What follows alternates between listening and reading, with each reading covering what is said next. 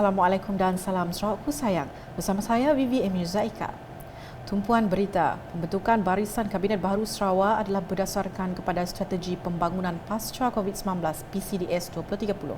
Ketua Menteri Datuk Petinggi Tan Sri Dr. Abang Rahman Zohari Tun Datuk Abang Openg berkata, Barisan Kabinet Baru ini akan membangunkan Sarawak menjadi negeri ekonomi berpendapatan tinggi menjelang tahun 2030.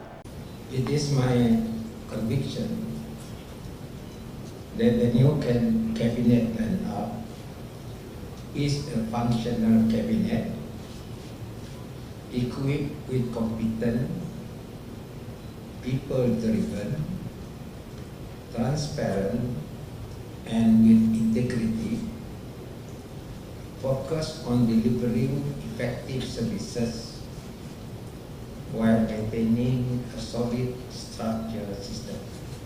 Bercakap dalam sidang media khas di Wisma Bapa Malaysia pada Khamis, Ketua Menteri berkata pasukan baru itu juga akan mengukuhkan status Perlembagaan Sarawak sebagai rakan serantau dalam Persekutuan Malaysia mengikut pindaan Perkara 1-2 dan Perkara 160-2 Perlembagaan Persekutuan dengan merujuk kepada MA 63 dan lampirannya. Tegasnya, dengan MA 63, rujukan asas hak-hak negeri Borneo Sarawak dan Sabah termaktub dalam Perlembagaan Persekutuan. Dalam pada itu, Datuk Petinggi Tan Sri Abang Zohari yakin Barisan Kabinet Sarawak yang baharu ini akan melaksanakan kesemua 34 perkara yang terkandung dalam Manifesto PRN12 Sarawak lepas. This new cabinet lineup is committed to implement all the 34 points pledged in PRN12 Manifesto for the next 5 years, emphasizing on the socio-economic development and well-being of our people. Sementara itu, pengumuman Barisan Kabinet Baharu Sarawak menyaksikan keterlibatan pemimpin muda bersama pemimpin sedia ada bergabung dalam membawa kemajuan di negeri ini. Menurut Ketua Menteri, Barisan Kabinet Baharu ini akan membimbing dan memupuk penyertaan pemimpin muda Sarawak dalam pentadbiran dan penggumbalan dasar.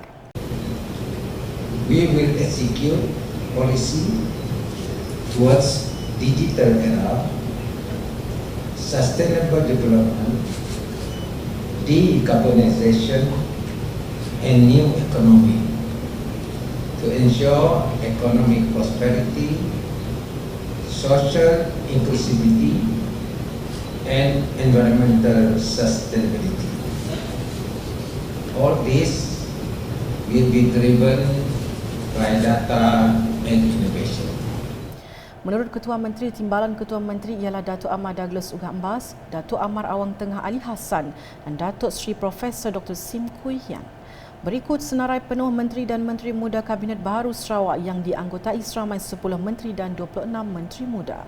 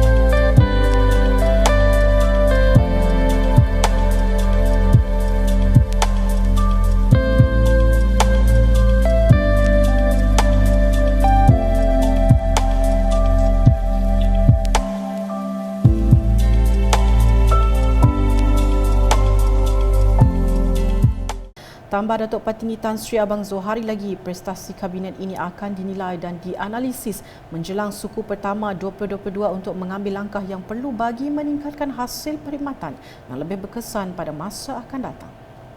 Dalam pada itu, seramai 12 muka baharu membarisi Kabinet Baharu Sarawak yang menggabungkan pemimpin muda dan lama.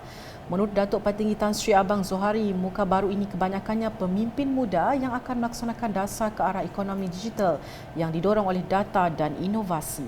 12 muka baru ini ialah Datuk Gerawat Gala, Datuk Juanda Jaya, Jefferson Jamid Unyad, Dr. Hazlan Abang Hipni, Insinyur Aidil Lariwo, Datuk Majang Renggi, Michael Tiang Ming T, Martin Ben, Datuk Henry Herijinep, Datuk Gerald Rentap Jabu, Dr. Ripin Lamat dan Muhammad Raziz Hitam.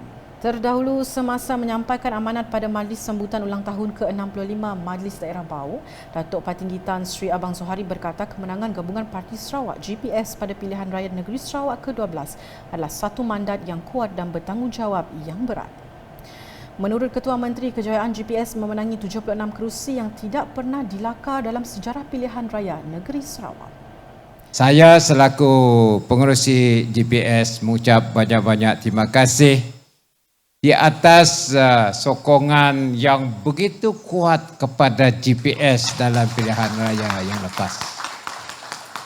Di mana tuan-tuan sedia maklum, kemenangan 76 kerusi yang tidak pernah dicapai di negeri Sarawak ini adalah satu mandat yang kuat dan tanggungjawab yang berat yang diberi kepada saya dan rakan-rakan saya untuk terus berusaha membangunkan negeri Sarawak. Jelas beliau lagi, Bau adalah satu destinasi pelancongan yang harus dibangunkan supaya dapat memulihkan kesan pendapatan rakyat di kawasan berkenaan. Dalam majlis tersebut, Ketua Menteri menyampaikan cek kepada 6 buah sekolah dan 1 kepada Kelab Sukan Renang Semerahan yang masing-masing bernilai RM10,000. Terdahulu, Pengerusi Majlis Daerah Bau MDB Enilia Siam berkata pihak berkuasa tempatan PBT adalah satu agensi terpenting di peringkat daerah yang bertanggungjawab untuk menjaga sesebuah pekan maupun bandar dalam satu-satu daerah. Katanya MDB memikul tanggungjawab bagi melaksanakan fungsi-fungsi dalam pengawalan kawasan operasi majlis supaya perkhidmatan mereka sentiasa diberi keutamaan mengikut dasar dan peruntukan undang-undang majlis. Kerajaan Negeri Sarawak di bawah pimpinan Yang Berhormat Datuk Petinggi Tan Sri dan lantas memberikan kami dorongan bagi mencapai visi Majlis Daerah Bau iaitu Greater Bau for All. Kerjasama Majlis Daerah Bau dengan jabatan-jabatan serta agensi-agensi setempat amatlah penting dalam melaksanakan tugas-tugas dan fungsi-fungsi majlis dengan lebih berkesan selaras dengan pendekatan strategi lautan biru yang diadaptasikan oleh pihak kerajaan.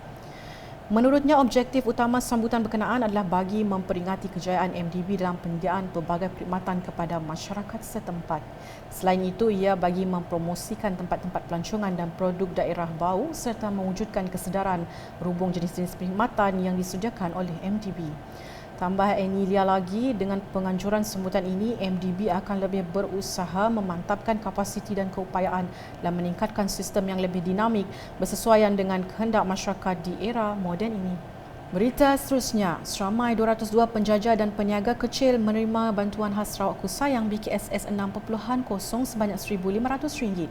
Menurut kenyataan media Majlis Bandaraya Kuching Selatan MBKS, penjajah dan peniaga ini adalah di antara penerima yang masih belum menerima bantuan tersebut disebabkan tidak mempunyai akaun SP Global atau akaun pribadi. Kementerian Kerajaan Tempatan dan Perumahan MLGH telah menyalurkan bantuan tersebut kepada MBKS untuk diagihkan kepada penerima yang layak di bawah bidang kuasa MBKS. Majlis penyerahan BKSS 6.0 itu telah disempurnakan Datuk Bandar MBKS Datuk Wee Hong Seng di lobi MBKS baru-baru ini. Mengulas lanjut, Datuk Wee mengucapkan terima kasih kepada Kerajaan Sarawak yang telah memperuntukkan bantuan BKSS kepada penjajah dan peniaga kecil bagi memastikan tiada siapa yang ketinggalan dalam setiap membuat keputusan terutama kebajikan masyarakat semasa COVID-19.